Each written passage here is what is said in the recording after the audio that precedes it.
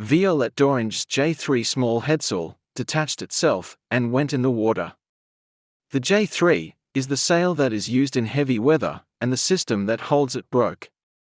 So Violette had to climb the mast of her Imoca to fix the halyard fittings. Wouhou! Ça y est, j'ai réussi à récupérer la pièce, je suis en haut du mât. Ça bouge pas mal. Regardez ça. 28 mètres de hauteur, c'est un truc de fou. La mer est magnifique. C'est à la fois effrayant et à la fois trop beau. Mais je vais vite redescendre. Allez. Écoute, c'était cette caisse qui s'était cassée. Donc je suis allée la chercher en tête de mât à la drisse tout en haut qui va moins servir. Et je l'ai réinstallée là. Donc j'ai refait le loop. Je fais plein de nœuds parce que j'avais un peu trop de gouttes. Puis plus que pas assez. Donc voilà. Et maintenant je vais pouvoir redescendre.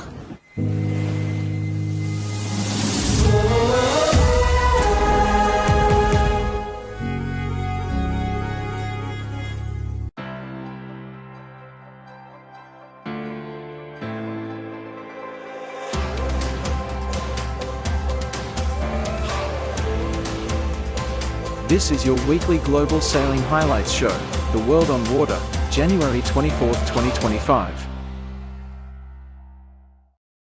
Jeremie Beyou in CHARAL is now in 4th place since Sam Goodchild blew out his mainsail and had to slow down to repair it. Jeremie is now expected to finish between 1 and 3 a.m. on the 24th of January French time. He will lead a surge of exhausted but relieved and grateful skippers through the finish line.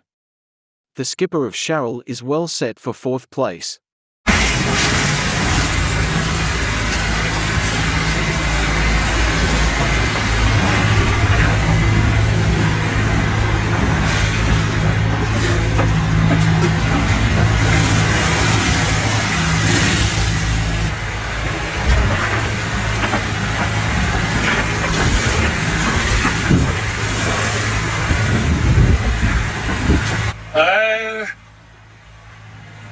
Ça y est, c'est rentré à entre 40 et 50 nœuds là tout à l'heure.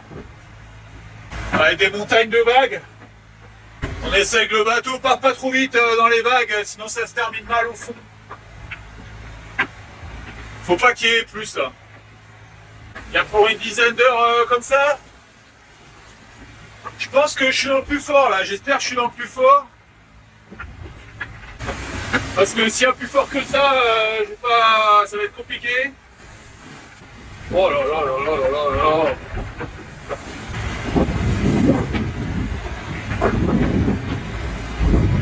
Faut pas abîmer le bateau quoi, faut que le matériel tienne là. Bon la météo ce matin c'est de pire en pire pour la suite donc là on va aller taper le centre de la DEP et en panner, mais la DEP elle se décale plus que prévu dans l'est. Encore. Faut pas qu'on se retrouve près de l'autre côté quoi. Ouais c'est chaud quoi. À la rigueur c'est mieux la nuit parce que la nuit tu vois pas les vagues au moins. Là c'est bien impressionnant.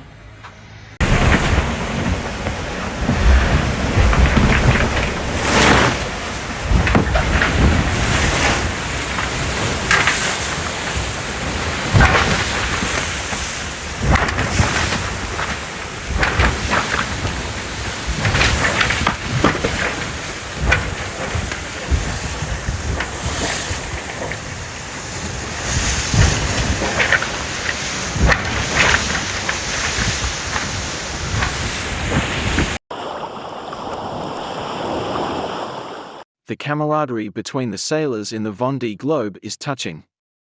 Still to finish, Boris Herrmann, Malazia Seaexplorer, who is scheduled to finish on the 27th of January 2025, congratulates the winner Charlie Dalin, Macif, whilst lamenting his position.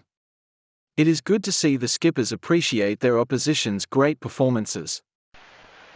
January 14th, what a special day for this Vendée Globe. We have a winner. Congratulations to Charlie Dalin, to the team of Macif and Merconcept, everyone involved. What a great success. And to mention Charlie has not only flawlessly sailed this Vendée Globe, but he has also managed a great campaign and been involved in the concept of the boat as a trained naval architect. He has played a crucial role in designing this visibly fast boat that is the foundation for this great success.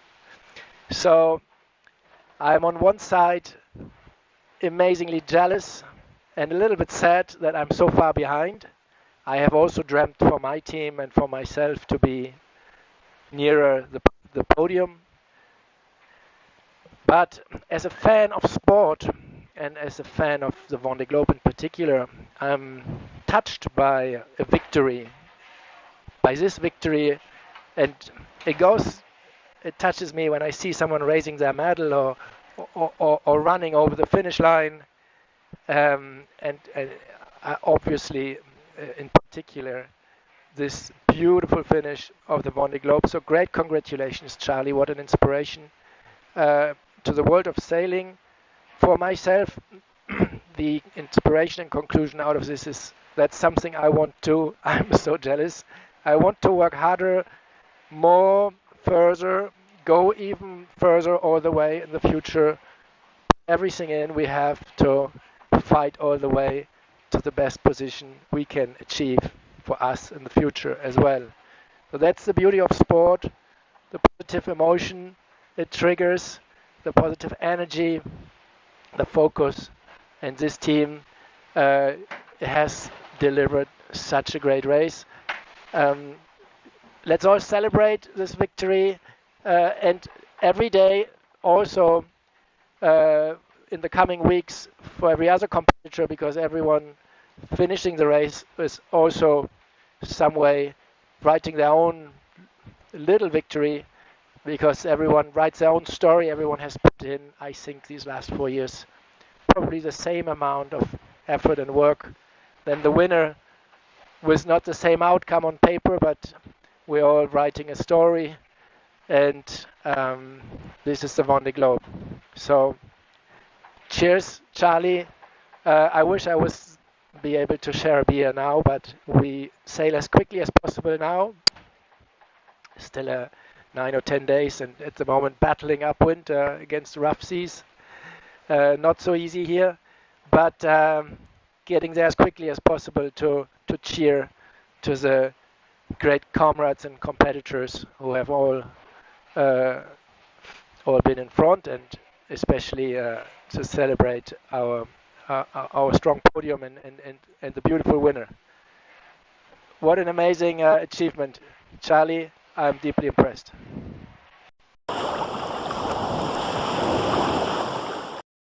The BPI Busuanga Cup 2025 showcased not just skill but the power of strategy and preparation.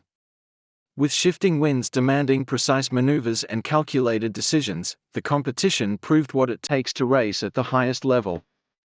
Across both offshore and inshore races, it was a true test of planning, execution, and adaptability on the water.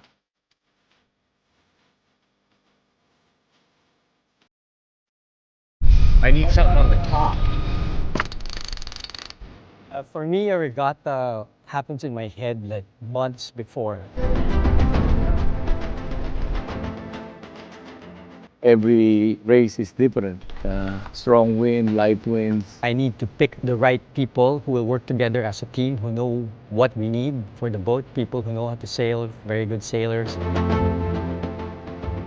The Busuanga race is a heavy weather race, so there's a lot of wind through the first half up to the Golo Pass. Before you can choose any direction you want to.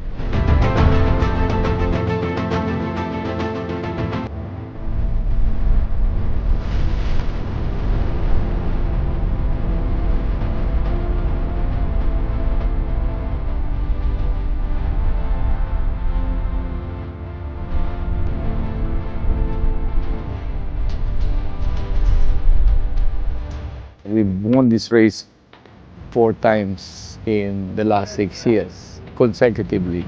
We will adopt the same strategy depending on the wind strength. Long passage races are usually quite exciting. A lot of things can happen along the way in 15 hours of sailing. One is just the endurance to keep at it and sail well for 15 hours. It's going to be mainly a downwind race, so basically kite as much as we can, but this race is going to have like intense wind. The challenge here is not to cause damage to the boats and sail in a more conservative sail plan. Long racing, you know, you have night time, so that brings a different complexity. Round the cans is good fun, you know, it's short, sharp. I like these long races, you know, you can set the boat up and you've got lots of time to either catch people or stay in front of people.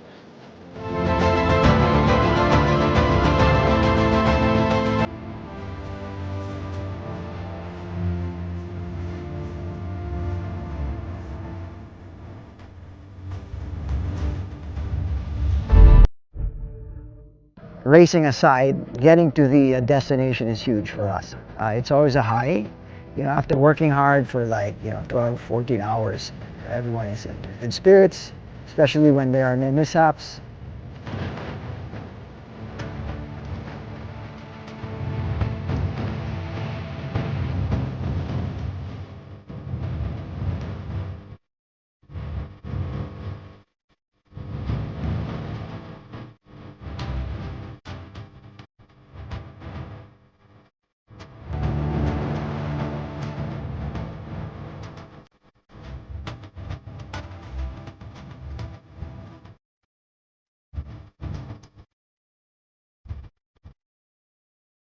We're really grateful to our sponsor for giving us this opportunity to bring the sailing community to everyone.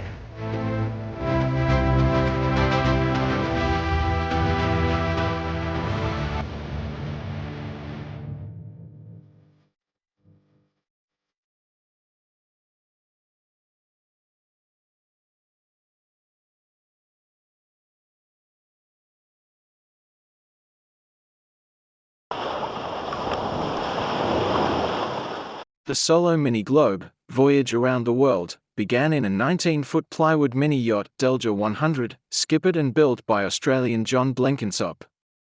These adventurous sailors are currently crossing the Atlantic to Antigua before circumnavigating the world solo in the McIntyre Mini Globe Race 2025. Hello, hello.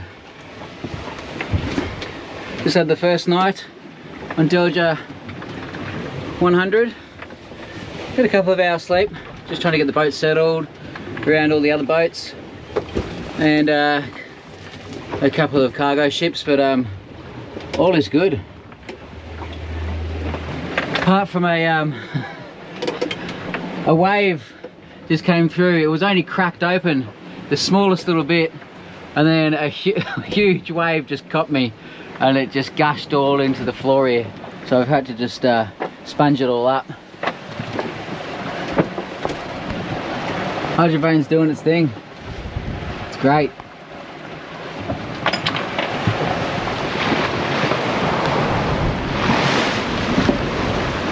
So for the first night,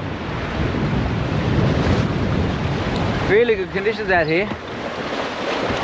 Probably only like 1.5 meters swell, and it's just beautiful.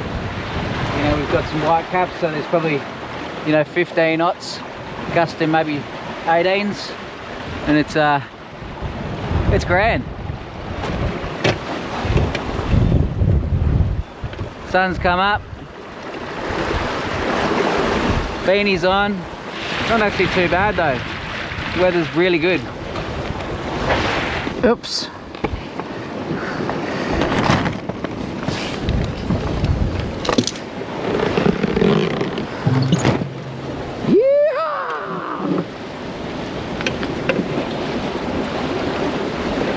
Lucky it didn't go in the water.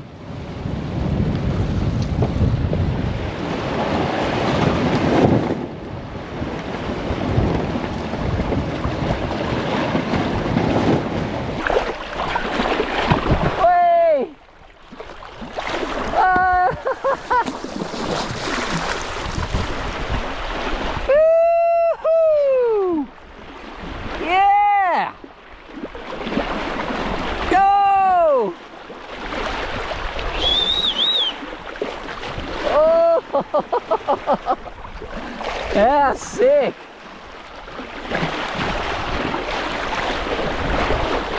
Woo! Oh, yes. Hello! Is there anybody out there? Hello? There's nobody. One person, just me. Well, there's other people, but not in my eyesight. Sun's rising. Here comes to another day. 120 miles to go.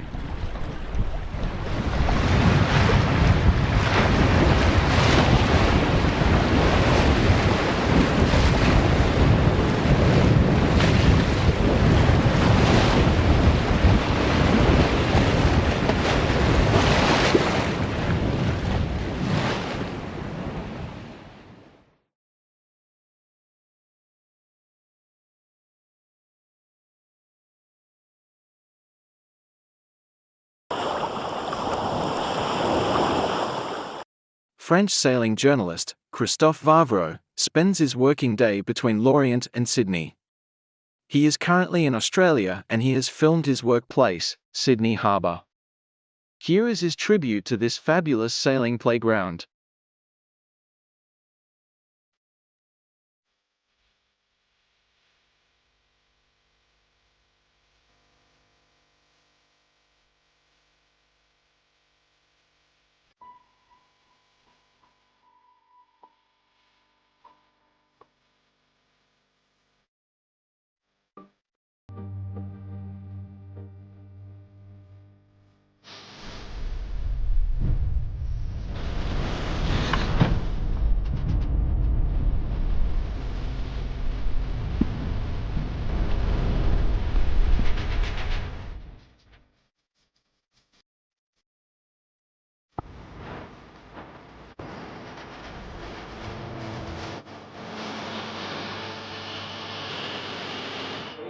The Sydney Harbour is one of the best harbours in the world, and I think anybody who has the opportunity to sail on the harbour is very privileged, very lucky to enjoy the experience. The harbour itself consists of so many interesting features, little bays, little headlands.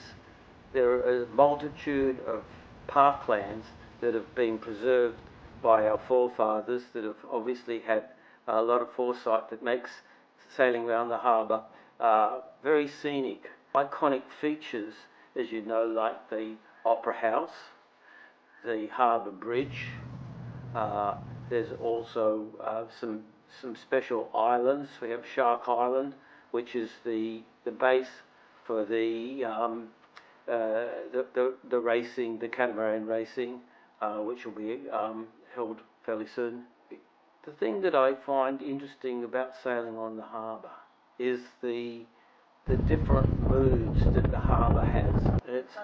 You can never get sick of it because there is something different about the wind, the feel of the wind, the direction, the colour of the water, the reflection of the sky on the water. So even though we might be sailing the same course week after week when we do our racing, it's still fascinating, it's still interesting, and it still is challenging. There's no two races are the same.